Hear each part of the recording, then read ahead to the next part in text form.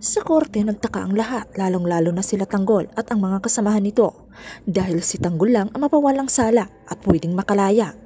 Napailing na lang itong si Rigor sa galit habang binabasa ang hatol sa mga kasamahan ni Tanggol. Hindi nito matanggap na mapawalang sala ang binata. Tinanong si Tanggol anong nangyari, bakit siya lang ang makakalaya, bakit maiiwan sila sa kulungan. Ang akala daw nila, lahat sila sabay-sabay makalabas. Maluhang tinanong ni Tanggol ang abogado, bakit hindi makalabas ang mga kasamahan niya? Sagot ng abogado, gagawa siya ng paraan para makalabas ang tropa. Iaapilan niya ang mga kaso nila. Sa ngayon si Tanggol daw muna makalaya. Samantala Rigor agad nilapitan si Marites para hindi ito makalapit sa anak na si Tanggol. At narito ang mga eksenang aabangan natin bukas. Sa labas ng korte, nagpang-abot sila Tanggol at Marcelo.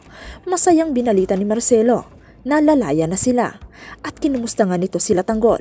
Si Ting ang sumagot na si Tanggol lang ang makakalaya, sila maiiwan. Sagot ni Marcelo, huwag mag-alala, gagawan daw ng paraan. Ang importante, makalaya daw itong si Tanggol. Mando sinabihan si Rigor sa nangyaring desisyon ng korte, pwede itong mabaliktad sa ginawang paghuli kay Tanggol.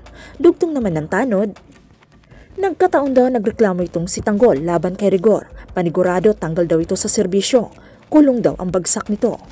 Kaya nagalit itong si Rigor, sinabi nito kay Marites sa kagustuhan daw ni Tanggol lumaya pati trabaho niya nalagay sa alanganin.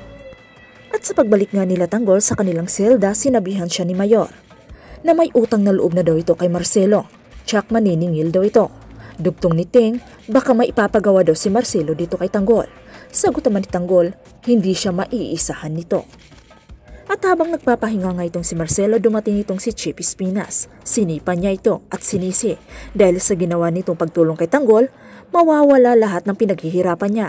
Sagot naman ni Marcelo, sumanib na lang sa kanila itong si Chip Espinas. Kaya abangan natin mga kasir kung ano ang plano ni Marcelo dito kay Tanggol.